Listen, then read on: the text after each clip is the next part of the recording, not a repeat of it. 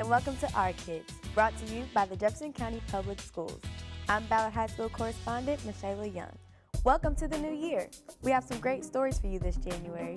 Students showing empathy, giving back to their community, and delving more deeply into their lessons. Plus, we have these student stories. Hey, I'm Fern Creek correspondent Cash Yergin, and here we're at Newberg Middle School where kids are getting hands-on learning with a brand new STEM program. Musical harmony was made at Orchestra Palooza. I'm Ballard correspondent Carly DeDoming, and I'll have the story. Students at the J. Graham Brown School hosted a mock refugee camp. It was a lesson in empathy and compassion. This is the therapy tent. We offer therapists who are available for any refugees who want to come talk. We offer a safe place where people aren't subjected to any form of abuse or judgment. What's a refugee? A refugee is somebody that has to leave their homes because there's been a lot of wars. We are at Peace Park, which is directly across the street from Brown. What's happening today is the culminating event of our project-based learning segment with our 8th grade students on refugees. So my 8th grade students, are hosting a refugee camp for the Brown School. Each group of students was in charge of a different service or good that a real refugee camp would provide to refugees. So they were responsible for researching the different areas, and then they have a challenge that they are supposed to teach the students who come about that tent so that it's a learning experience for everybody. We're teaching kids how it's hard for refugee camps, especially to get education. Coming into the camp, refugees have often endured a ton of very traumatic experiences. The reason that refugees come to camps in the first place is because of violence in their homes, and they often have PTSD because they've been through such traumatic things, like seeing war right in front of them. It's going to probably look like they're running around crazy, but they're actually walking around from tent to tent learning about the refugee experience. So it's helping us understand the hardships and putting ourselves in the refugee's shoes, and we're getting a better understanding of what they go through on a daily basis. And for the little kids, we have little boxes with emotions written on them, and we ask them a set of questions and they answer with the cards how it makes them feel. This was designed to build empathy in my students, so I really want my students to be reflective learners who can see a refugee or hear about refugees in Louisville and really identify with their experience and have compassion and empathy for what they've gone through and what they're doing. We are the Brown School! We were walking down there, we'd filled the jugs up here, and then we walked down there to simulate what's going on and what families have to go through every day in Africa. They have to walk down to the river and come back, and they have to carry much more than we do for longer times. We're raising money and awareness for a well that we're building in South Sudan by a school, just to so that the kids that go to that school and their families can get fresh water, fresh clean water. And we have set up a donation site on H2O for Life. It's really hard for them to live with the stuff that they've gone through,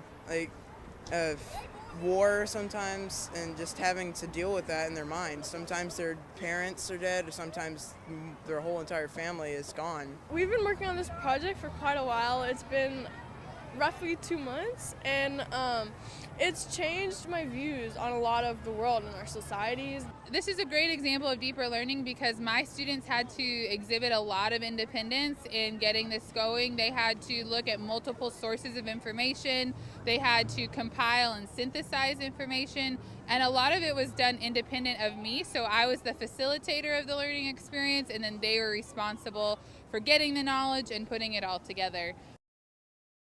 Students at the Benet School have been reading the book Nim's Island, and they hosted an exhibition to show examples of deeper learning. You can guess. Take your time and look at to see what she eats for breakfast. So you can crackers? No crackers. No crackers. How about gummy bears? Nope.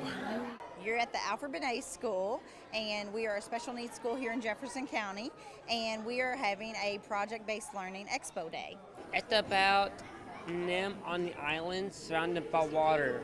Nim's Island, it's about a girl who lives on the island with her father, and they go out and she goes and hunts for food and stuff, coconuts and all that. We have been reading the book Nim's Island by Wendy Orr, and they are up to chapter 6 in the book. It'll go all year long, and they have done projects to understand the book better and understand what the author's talking about. It does have spikes on it. It does? Yep. Oh, you got it! Can I do it? Yep. They have had a blast. They know how to crack a coconut now. They have made the landforms of the island, so they've actually made the landforms and know exactly where everything's located on the island. They have planted plants and can tell you why the plants will grow or not grow on the island. They have created a flotation device that was mentioned in the story with different materials. A raft made out of sticks. Our favorite is plankton. In the book, one of the characters studies plankton, and we have studied plankton in Kentucky. Need water, sunlight, air. I like this one. It really gives a more complex look at the story, and so it's not just that there was a character that studied plankton and I kind of know what that means. Now I know exactly what plankton is. All the things that are mentioned in the story are real items. They're not just on a page in a book. So with the sun shining down, it has to be sunny outside. I want them to go home today excited about literature, excited about books, excited about learning, and understand that they can do everything anybody else can do, and because of their challenges, that does not limit them in any way. More than 500 JCPS students competed in the STLP Regional Showcase. The program asked students to create a technology-based solution to a need in their communities. Orange, blue, and push the green button. It's called the Cheddar Chase. I came up with the name, and it's kind of like an operation to help teach other kids how to code. We are at the University of Louisville Student Activity Center. This is the STLP Regional Showcase. Over 500 kids from JCPS, kindergarten through 12th grade, representing 43 schools. It's just about project-based learning, technology, being a leader in your school. It's telling us how you can help strays or just save them, and you can just help them with doing a lot of things. We are part of it because we wanted to make a difference in the world, and we wanted to work with technology. This helps us in school because we got to do research, and we got to we learned how to use technology better because we made a website. So when you take one of our QR codes, they're going to be on each of the plaques. And QR codes and things like that. So you get to learn all this extra information that you would never know from knowing where's their origin or birthday or any other things like that. We're really excited about the project-based learning and the deeper learning that they're exhibiting. It'll help them do it easier than just getting something, shoving it in their face and saying, here, code this. And it's a lot easier when children do it, to explain it to children, because it's easier to relate to children when you're looking for explanation when you're a child. It's all student motivated, so what they're doing is they're finding a problem or something that they're interested in, and they're going from the beginning to the end, coming up with the plan, how to implement it, planning the presentation. You have really techie things where kids are taking apart computer aquaponics, which I didn't even know what that is. A lot of things supporting the community, raising money, raising awareness. If you come here and you see the awesome things that are happening, you're going to come back year after year. Correspondent Cash Jurgen takes us to the new STEM lab at Newberg Middle School. Students at Newberg Middle School have been involved in the Science, Technology, Engineering, and Math program, which exposes students to a different level of advanced learning. Students learn in a variety of ways, including robotics, real-world application, and computers. Teacher and sponsor of the program, Ronald Bertucci, gives a breakdown on how the program works. I think the most meaningful thing about it is that we're teaching real-world skills. That's what engineering is. It's solving real-world problems using math, science, and technology, which I think is something that every kid is interested in incorporating anyway. So we look at things, like how to, for instance, make our own small autonomous vehicles using coding, and that's something that's going to be very real in our future very soon. Newberg's STEM program is available to high-achieving students in their respective grade levels. After school, the program takes it a step further by having a sign-up based competitive program which embodies the high-tech culture that the Tigers are creating. 8th grader Cameron Jones says the STEM program and the new culture affects his education in a positive way. Because like it shows me like different skills that I could like learn and be ready and be prepared before high school starts, and like it could help me like with my jobs and stuff. Newberg drifted away from the MST program and rebuilt it into a full STEM program starting the 2016 and 17 school year. The results have been positive and meaningful. 8th grader Mia Seymour also participates in the STEM program. I can do things I didn't know that I could do before. With the help of computers and advanced robotic systems, students at Newberg Middle are getting a head start in the job fields of the future. It seems like Newberg Middle School is building up something special. For our kids, I'm Fern Creek correspondent Cash Yergin. We have more great stories about JCPS students. Stay tuned. 1, 2, 3. Welcome to our satellite office. Some of the services that we will provide will be in 5 different departments: diversity, equity, and poverty, exceptional childhood education, student assignment, student relations, and Title I offices.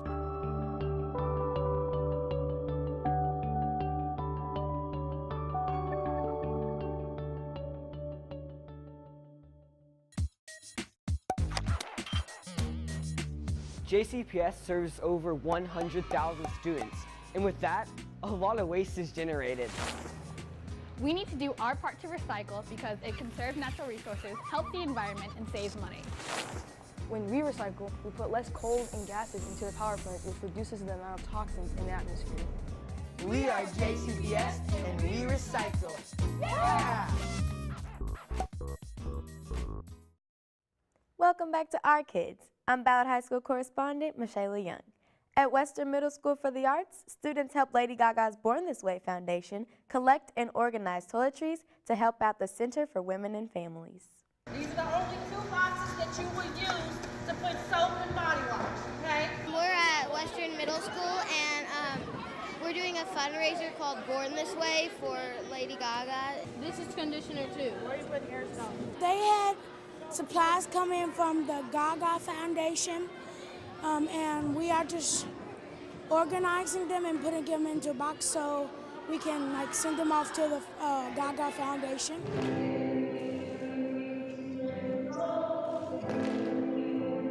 This is an incredible day to celebrate World Kindness Day here in Louisville. An amazing way to wake up this morning.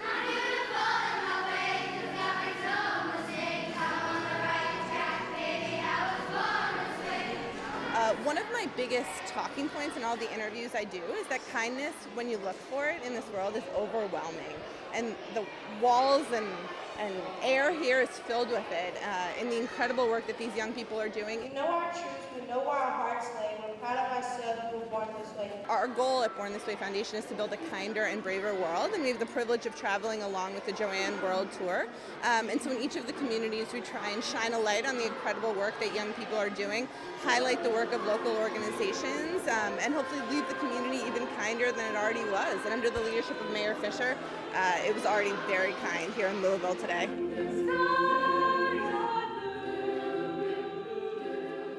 She will tell you herself, she wants to be remembered for this work, if not more than for her music. This is truly comes from a very personal place for her, and means the world to her. So she's so excited that we're here this morning and wishes she could be here with us today.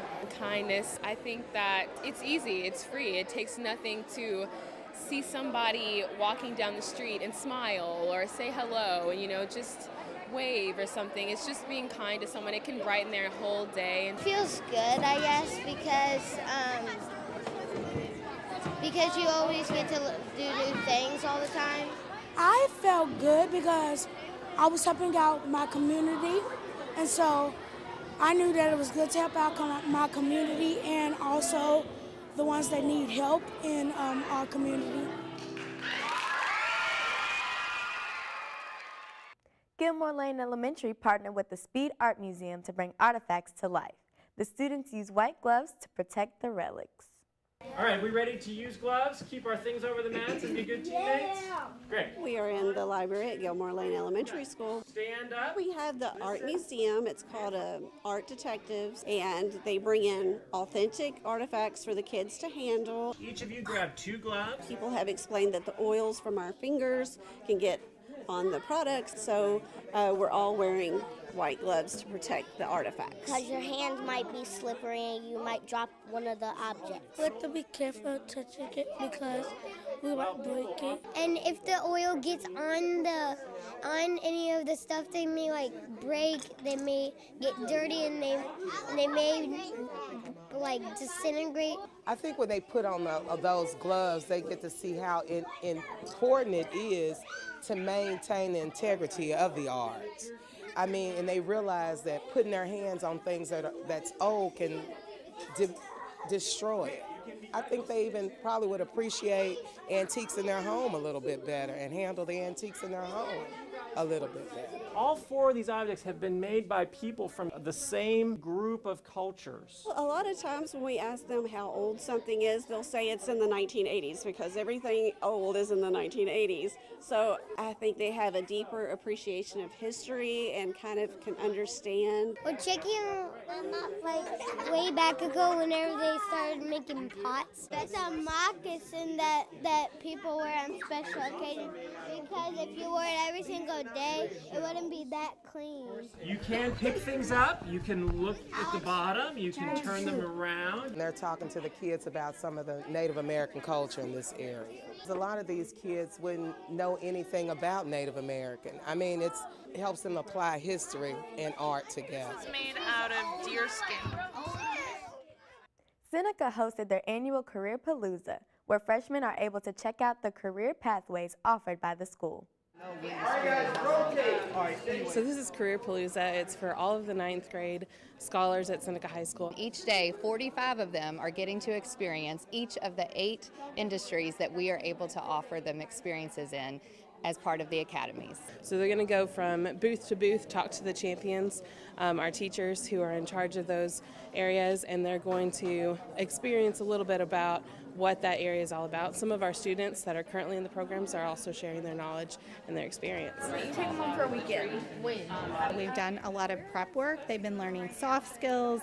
While they're not in Career Palooza this week, they're actually learning how to write resumes.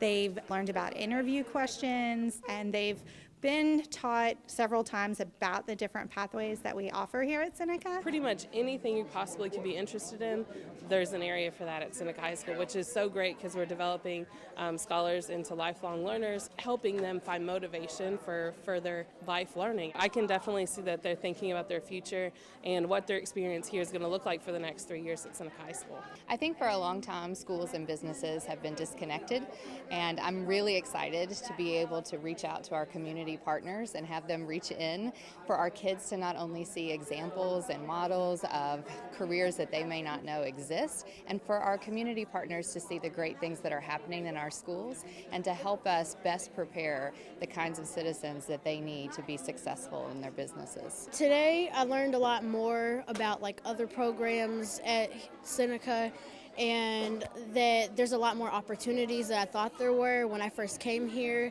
It really helps me develop on what I'm going to do, and depending on what I'm going to do for my next year's career class, it'll all depend on where I'm going to be after high school. I like the early education. I learned that they get to take these babies home, and it teaches you how to be ready to run a daycare or something like that. I think the coolest thing was being able to see all the different potential careers you could choose. Like, even if you have a career you have in mind, you can see like all the other potential things you could go into. So if you're interested in a career like marine biology, Correspondent Carly Dadaming takes us to Orchestra Palooza, a collaboration between Ballard, Manual, and Eastern orchestras. Ballard, Eastern, and Manual are fierce competitors in sports, but in a concert hall, they play in harmony.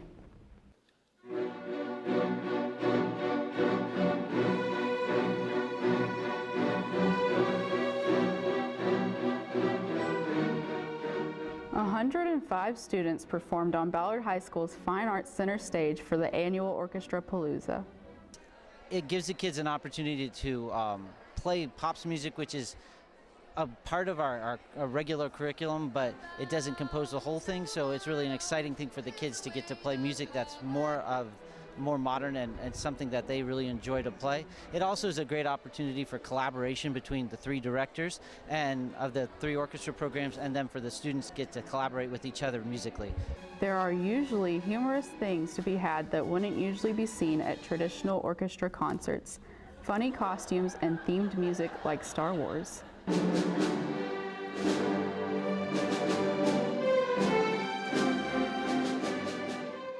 Students say working with the different schools was a great experience. Well, each of the 3 schools, Eastern, Ballard, and Manual, we each were given like a bunch of songs that we've all practiced throughout leading up to this concert.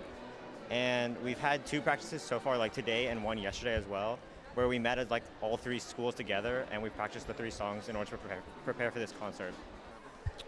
It really allows you to interact with different people that you don't know of, and then also it lets you experience playing all different types of music along with playing with different orchestras and with different conductors, because every conductor teaches and conducts differently. Well, I've learned to like adapt to other people because I'm the only chair at my stand at Eastern, and so I have to play with a manual kid, and it's like, you know, learning to work with new people that you aren't familiar with, and it's a good experience as a musician, because you know you got to also put stuff together in a timely manner. To get to know like other people rather than Ballard people. I like meeting new people. Yeah, we've already made quite a few friends already, so it's fun. I'm Ballard correspondent Carly DeDoming for Our Kids. We have more great stories about JCPS students. Stay with us.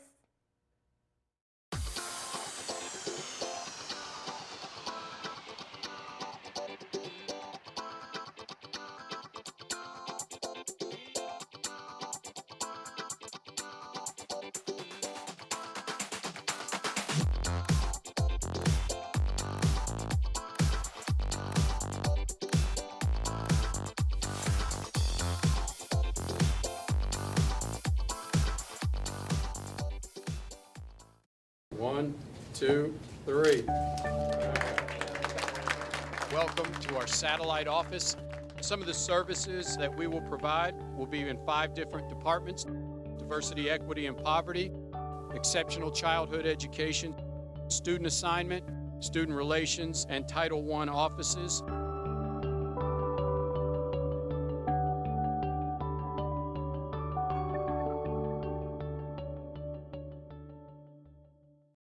Welcome back to Our Kids. I'm Ballard High School correspondent Michelle Young. Students and teachers at Doss High School show us how they are incorporating project-based learning into their lessons. Project-based learning is basically where you're learning new things in class, and then you're just basically finding a way to synthesize the learning, like a better way to digest the information you're getting. So here and go out, you're cutting the outside. I think it really gives the students an opportunity to be themselves and get creative with what they're learning. Project-based learning is taking what we're learning in the classroom and making it relevant to kids' lives. Because now I have to like communicate and like work with other people, or do things that you can't just do out of a textbook. Very much more hands-on, very much more creating lessons, creating experiences for students and setting the stage for that, as opposed to here's a worksheet, do what I tell you to do kind of thing. My freshman year that we were here, what we did is we just had the teacher talk to us, and then we opened up a textbook, then we learned from that. And I feel like that wasn't enough to really get us going, get our creative minds going, make sure we're really learning what we need to be learning. Every kid was given a photo, a face photo, and they had to discuss and write journal about stereotypes that people assume of them because of where they live, what school they go to, what they look like. So they had to write these stereotypes on their faces, and then they were tasked with getting an identity box made of what really represents them, their families, their friends, their likes, their dislikes, what they really are. And all of those are hanging in our classrooms now. You don't just take information and reciprocate it on a quiz. You actually do something with it, or you put it to a profession that you want to pursue. things didn't really click as much as they do now, because now we're more focused on subjects like going more in depth with it. Like in one of my finance classes, we've been looking over the stocks and stuff, and we're playing a stock market game and it's like a real world scenario, and we can understand things that we can use later on in life. We had one last year where we had to set up a presidential campaign. And it's stuff like that that gets you to internalize information that you're getting in class that you might otherwise not get. Before project-based learning, it was all sit and get. I had kids who were disengaged, who didn't care about the content. It was strictly about a grade. But now the kids are engaged. They want to learn more. They've stopped asking me if questions are right or wrong because they're uncovering their own truths. With this project-based learning, it gets students excited about school because they know they're going to come into class and they're actually going to get to do something more upbeat, more exciting, something different than what it used to be. Having an opinion is great, but if you can't back it up with evidence or research how to find what the evidence is for an opinion, then their argument's not valid. So having them have an opinion and having evidence and how to find that evidence to support their argument or support their stance is really what I want them to walk away with. And so there's no way I would ever go back. Now that I've embraced it and love it and see how powerful it is for kids, I will never go back to the way it was before. There is definitely more energy, more people are discussing things that we go through in class. There's more debates, there's more challenging what we're learning. Correspondent Cal Bentley introduces us to the Environmental Club at Pleasure Ridge Park High School. If you have wondered what's up with the newly planted strip of land that's in front of the tech building in PRP, you need to look to the Environmental Club for the answers. I think the goals of the club are awareness and actually students being able to get their hands on. It's more of a hands-on thing. The project behind us is the pollinator garden. So that is in conjunction actually with the county extension service. So the county extension neighbors actually came out and he dug it up.